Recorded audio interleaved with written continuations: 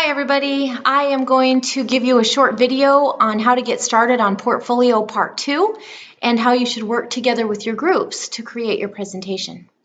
I'm going to work out of Math for Teachers today since I always work from QL. So I am going to start by looking in Module 1. And when you guys are in Module 1, you will see that you have your group. Everybody's pretty much got this part down.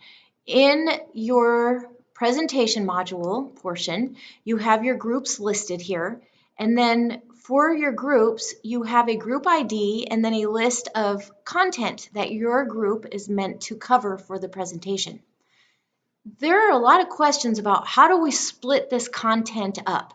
Some of the QL only has 3 bullet points, but there might be 4 or 5 people in a group. You do not, and then also with Math for Teachers, you might have 5 bullet points and only have 3 people in your group. So when you guys look at this content, it says, for example, 1.3, it says, look for a pattern, make a table, use a variable, consider special cases, and Pascal's triangle. Well, if you talked about Pascal's triangle for 2 minutes, you will have looked for a pattern, made a table. You could throw in something about a variable. There's plenty of that in Pascal's triangle. And Pascal's triangle itself is a special case. In the situation of these group sets of content, all of these can be synthesized into one problem. So you do not need to do one person looks for a pattern, one person makes a table. You can have 2 different people making a pattern and a table, a different pattern with a different table. So please be creative in splitting these up. If you think that you want to talk about making a table using a variable and showing the pattern, then you tell your group, I would like to do a linear problem, a linear function where I plug in a value for x and it spits out a value for y. Here's my table and this is the pattern, and you can show that to us while you worked 3 of these bullet points. So please do not think that you're limited to splitting these up in any way. Your group covers these concepts, and if somebody says the same thing twice, that's okay, as long as all the stuff gets mentioned. Sometimes in classes, we don't have groups. One person covers all of these things, and all of these things could be covered literally in a single problem. One problem might cover all 5 topics. Okay, so as far as splitting these topics up, you guys work with that within your group. How should we talk about this?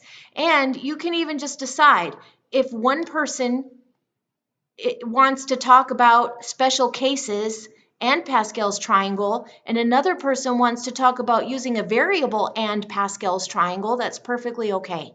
You are not limited on how you have to present this information. Just don't make it complicated. This is Module 1. I don't expect you to do all of these things as though you already know how. We're going to fumble through this, and by the second module, it will be better, and by the third module, we'll be rocking it. And by the end of the class, you guys are going to be teaching other instructors how to use Zoom. That's how it goes. All right, so I hope that's clear about how to split up the content within your group. Now, real quickly, I just want to address the group wiki. Only the online classes have a group wiki. The rest of you can collaborate in class. The group wiki looks like this. It's just a picture with some groups, and it's only the online classes. I set this up just so you guys can have an easier time collaborating, although it should be that you exchange emails, set up a way to communicate through text message or messenger.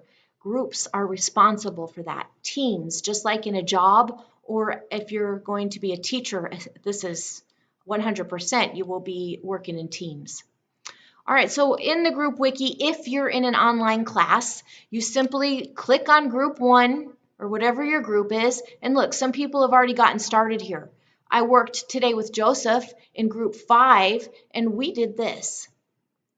We took a piece of the portfolio, which I'm just about to go over in a few minutes, and we filled in Joseph's part. For part 2 of the portfolio, it's all about your presentation. And the goals and reflections is the first thing in part 2 of the portfolio. You are going to put your name for each member into this section, and then each member will talk about 2 specific concepts they're going to cover, 2 citations, which Joseph said he's going to work on his citations later. Those of you who included the citations in your essay, this part's already done. Just cut and paste your citations right in here. If you're going to use that same second one, but you're definitely going to use your textbook. The technology that Joseph plans to use is PowerPoint and Zoom. You guys may choose other things as the semester rolls along, but right now you're likely using PowerPoint. Some of you will use Prezi or other presentation software. You can use whatever you want. I can help you with PowerPoint, but not with the others. So if you know how to use something else, feel free. And Zoom. We're all going to be using Zoom, which I'm using right now. It's easy. A lot of you have been to the Zoom meetings. I'm going to keep having Zoom meetings. So try to get to one so that you can be familiar with Zoom. It's nothing but FaceTime or Skype. All of those things are the same. 4 vocabulary words. Joseph and I were just coming up with his vocabulary words while we were sitting there. We got the book out and looked for a second. But these vocabulary words aren't exactly words, but he's doing the guess and check method of problem solving. We probably could have come up with something better, but we just looked through the text through the textbook and we Googled and found some different, in this case, short phrases, which is perfectly fine. You guys, there are not tight, strict parameters on how to do this. I just expect you to try to fill in the information as best you can as college students. Remember that this is college level work. All right, now Joseph is going to list the first and the last thing that he's going to mention for his presentation. So the very first thing he's going to say is something like, it does not have to be word to word, what you write here. Have you ever wondered if it's okay to just take a guess when you're solving a math problem? And then at the end of his presentation, he will say, now you have learned that it is okay to guess and check. I hope you had fun learning. And then another thing he would add here that I worked on this with him, we should have thought to add, and now Johnny Bravo will be presenting on problem solving through elimination. So you do want to also have something in here that introduces the next person. And then the second part of the goals and reflection page talks about your meetings. What did you guys do when you meet? I put 4 slots here, but if your group only has 1 meeting, that's okay. You put the date, the people who attended, what did you guys talk about, problems you had or could have had, solutions you had or could have had, what are your goals, and what did you do to meet those goals? And that should be for each group meeting. You may have 1 or you may have 3 or 4. Now, if you have a member who's not showing up, don't put their name in here. The names that go in this slot are only for the members who participate. Now, the reason that Joseph and I we cut and paste this right out of the portfolio into the group wiki. Those of you guys can do this through email, text message, however you want to. I just set this up for the online classes because they don't see each other. Is because each person is going to fill in their part of this, but every group member has to have all of this filled out for each group member. So in this case, Joseph stuck this in here. So now the other folks can simply cut and paste his information and put it into their page. And we did this pretty quick. Like I said, I would have liked to have an introduction to the very next presenter. That's the big thing that's missing here. And then the citation. All right, and all of this is still within the collaboration. For those of you who are not taking an online class, if I say group wiki, that's however you guys are collaborating. If you're doing it in person, group text message, Zoom, whatever you're using. All right, now I'm ready to move on to the portfolio. The portfolio, which is found in Module 1, under Portfolio, you simply click on it. You guys have already, almost everybody, yay, in my classes turned in a portfolio and did their homework. You guys really rocked it. Excellent work. All right, where do I keep going here? Oh, I see. So now I'm going to look at the Math for Teachers portfolio. You guys are going to see they're identical except for one part, which I will go over for QL. It's all pretty simple. even though it seems complicated and it seems like so much. But folks, you had only 40 homework problems. QL, you only had 15. You guys, the algebra classes have hundreds and hundreds of homework problems for each chapter. So instead of doing hundreds of homework problems, you have some other tasks to complete, as well as not taking an exam. So this is math literacy, and for Math for Teachers, you're learning how to teach math, not just do math. All right, so below, here it is in your portfolio, the part of Joseph's that we just looked at where it says goals, group goals and reflections. We just went over all of this. That's the first thing in part 2. Those of you who were not able to complete part 1 of the portfolio, no problem. You just leave it like that. You do have to finish page 1, which is worth 20 points. So if you did not complete part 1 of the portfolio, you have only lost 80 out of 1,020 points. Don't be afraid. You still have an opportunity to have a fine grade on this module, an A in fact, if you did your homework. If you did not do your homework, you still have an opportunity to pass the module and turn the homework in. All right, so now we are looking at part 2. We just went through goals and reflections, so let's have a look at the questions. The questions, guys, are supposed to be easy. For 3 semesters, I had students writing questions with no prompts. So now students are saying the prompts are confusing them. You can't please everybody. So I'm leaving the prompts and I want you guys to use them. They make it easier. For example, I just grab a prompt. What is my topic going to be? We can stick with Joseph's topic of guess and check method of problem solving. When did you decide to guess at your answer? Or when did you check your answer after you guessed? I can choose any one of these prompts. How did coming up with the answer happen? And then you would answer it. Would you show your steps for guess and check? So there are a lot of ways that you can ask questions here. And then your second question, how would you classify the type of problem-solving strategy called guess and check? And on and on. You have 6 questions to ask here on your topic. So you ask the question and you Google the answer or you find it in your textbook and you answer it here.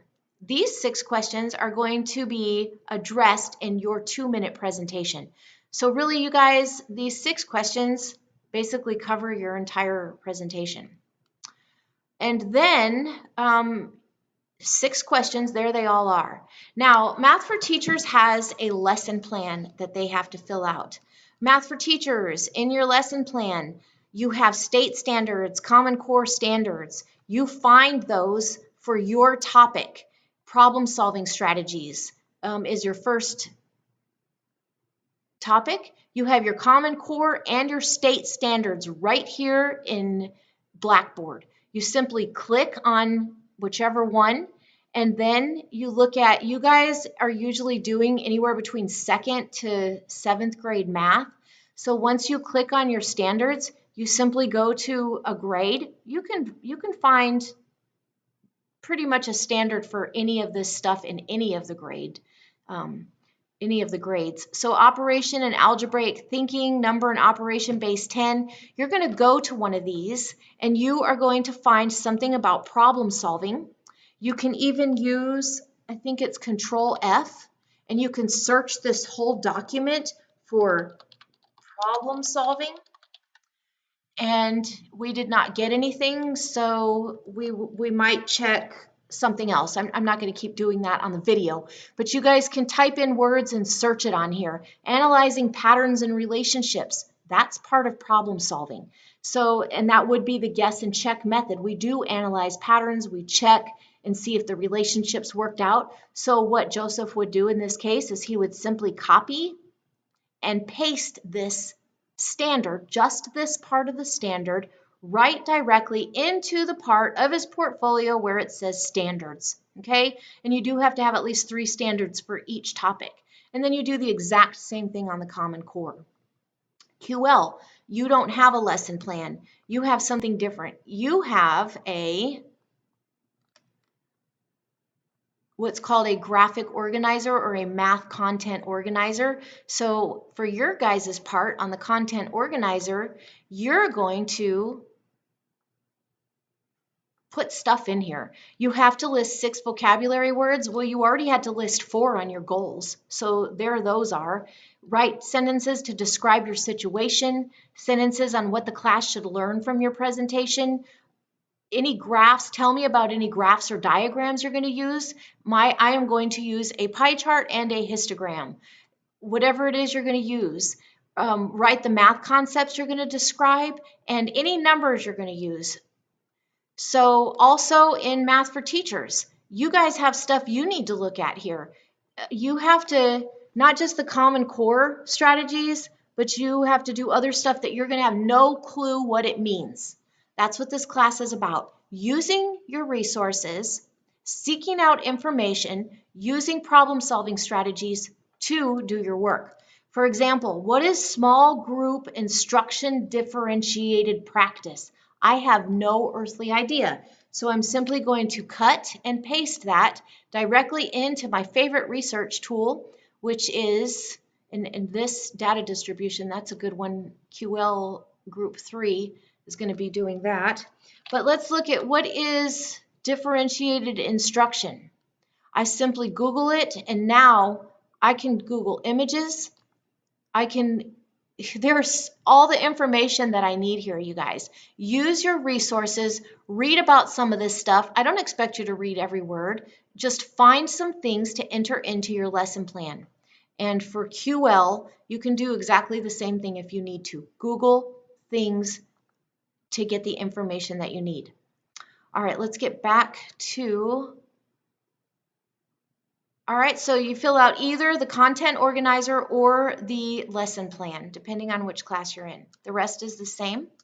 You guys then have to do a presentation script. The script has already been written by this point. Between your lesson plan or content organizer, your 6 questions, everything that you filled in for your group, and some of you worked ahead and looked at what your group was going to cover, and those are the topics that you talked about in your essay. That was a rock star move right there. You guys can all remember that for your future modules. All of this stuff can be recycled and reused. Everything that you write in here should be able to be reused 3 times. So work smart, you guys, and don't try to make it hard. I do not expect people to fill these forms out as though they've been filling out forms for decades. This is your first time. That's what I expect. I will expect better forms by the 5th module. But the first one, guys, do what you can. A student told me today, open your portfolio just right at the very beginning of the module. Start filling in any generic information that you can just get out of the way. And then as you're doing your homework, writing your essay, as you're watching your videos, you just come in here and fill out information as you find it. At first, you can make scribble notes, even on paper, and then come back and make it better. All right, so that is all about how to fill out part 2 and how to collaborate with your group. And I'm going to go ahead and end this video, and then I'm going to create another video showing you guys how to use some cool features on PowerPoint, how to use your snippet tool, and a quick brief video on Zoom. Although I will put another video later about how to save a video and upload a video to YouTube. But let's wait on that and just get our presentations underway for now. I hope this helped, and I will see you guys soon.